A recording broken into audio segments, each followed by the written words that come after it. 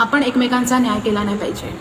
आपल्या भावाविषयी, आपल्या बहिणीविषयी आपण न्याय नाही केला पाहिजे. तर आपला न्याय करणारा तो स्वर्गात बसलेला आहे प्रभू, आणि तो प्रत्येकाच्या कर्माप्रमाणे, प्रत्येकाच्या कृत्यांप्रमाणे प्रत्येकाचा न्याय तेव्हा करणार आहे. पण आता आपण जर या जगात बघितलं ना, तर प्रत्येक जण हा बंधू याच्याविषयी बोलेल, अरे ती बहीण याच्याविषयी बोलेल, प्रत्येकजण ती अशी वागते, तो असा वागतो. का? पण आपण त्या व्यक्तीला आपण प्रार्थनेत घेऊ. जर तो व्यक्ती चुकीचा वागत आहे तर तुम्ही त्या व्यक्तीसाठी प्रार्थना करा.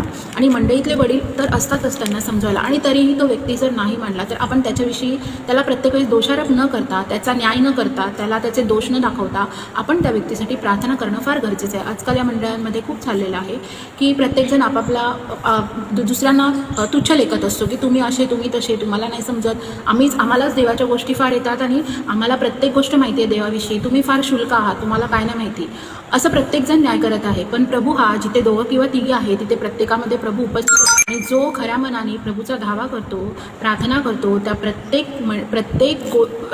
प्रत्येक जागी प्रभू हा उपस्थित असतो. तर आपण कोण आहोत न्याय करणारे? मला नाही कळत का तुम्ही न्याय करता? सर्व गोष्टी प्रभूवर सोपा. तुम्हाला वाटतं एखादा भाव चुकत आहे, एखादी बहीण चुकत आहे, गुडघ्यावर प्रार्थनेत जा त्या व्यक्तीसाठी. देव कार्य करण्यास प्रबळ आहे. त्या व्यक्तीचं, त्या भावाचं मन, त्या बहिणीचं मन तो पालटणारा देवबाप आहे. त्याच्यावर दोषारोप करून त्याला तुम्ही आणखीन खाली नका पाडू. त्याला आणखीन तर तुम्ही सतत एनकरेज करा, बोध करा, एकमेकांना प्रार्थनेत उचलून धरा, एकमेकांना तुच्छ लेखू नका. तो एकच देव आहे ज्या देवाची आपण सेवा करतो, ज्या प्रभूचा आपण उपकारस्तुती करतो आणि त्या प्रभूला आपण हे करतो. आणि आपण आपापसातच मतभेद हे वेधावे का ठेवावे? आपण एकमेकांवर प्रीती करा. देवाचं वचन पण आहे की तू तुझ्या भावातलं जेव्हा डोळ्यातलं कुसळ काढतोस तेव्हा तू स्वतःच्या डोळ्यातलं पण कुसळ काढ. जे काही पहिला तू दुसऱ्यांवर जेव्हा बोट टाकतो तेव्हा स्वतःकडे पण बघितलं पाहिजे. हे देवाचं वचन आहे. त्यामुळे आपण परफेक्ट आहोत का हेही आपण पहिला बघणं फार गरजेचं आहे. आणि देवाने म्हटलंय की तुम्ही एकमेकांवर प्रीती करा. आपण प्रीती केली पाहिजे. पण आत्ताच्या याच्यात प्रीती थंडावली आहे. जे देवाचं वचन आहे प्रीती थंडावेल, ती थंडाव. तर आपण आज या गोष्टीचा विचार केला पाहिजे. मी माझ्यापासून सुरुवात करेन की आपण एकमेकांना दोष न देता आपण त्यांच्यासाठी प्रार्थना करूया, प्रत्येक लोकांसाठी प्रार्थना करूया, एकमेकांसाठी प्रार्थना करूया. इथे तुम्ही बघत असलेल्या सर्वांसाठी मीही प्रार्थना करेन. आपण सर्वजण त्याच्या चरणाशी येऊन प्रार्थनाच करूया.